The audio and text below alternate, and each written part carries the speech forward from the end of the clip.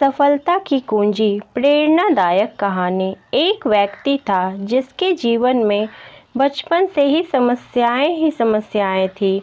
बचपन में ही उसके पिता की मृत्यु हो गई, जिस कारण कम उम्र में ही परिवार की जिम्मेदारियां उसके ऊपर आ गई। वयस्क होने के बाद जब उसका विवाह हुआ, तब जिम्मेदारियां और परेशानियां दोनों और अधिक बढ़ गई। इसी तरह उसके जीवन में परेशानियां लगी रहती। एक परेशानी के खत्म होते ही दूसरी शुरू हो जाती।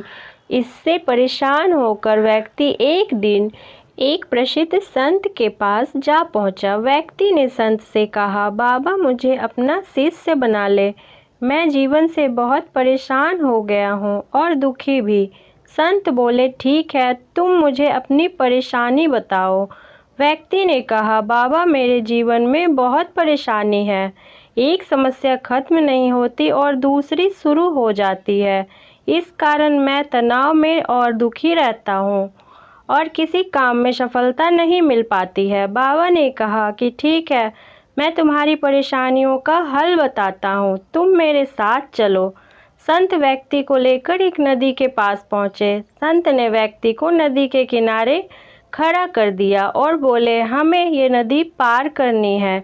यह कहकर संत वहीं खड़े हो गए। व्यक्ति भी संत के साथ वहीं खड़ा हो गया। थोड़ी देर बाद उसने कहा, बाबा हमें नदी पार करनी है, तो हम यहाँ क्यों खड़े हैं?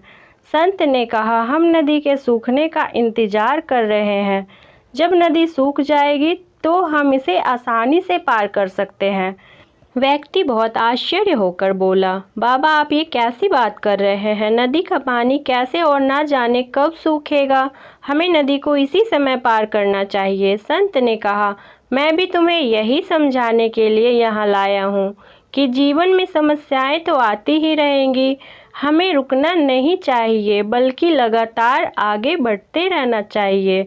तभी हम उसे हल कर पाएंगे और आगे बढ़ पाएंगे। व्यक्ति को संत की बात समझ आ गई। उसने अपनी सोच बदली और उसी दिन निश्चय कर लिया कि परिस्थिति कैसी भी हो, समस्या कोई भी हो, उसका हल करते हुए सफलता की ओर आगे बढ़ना है।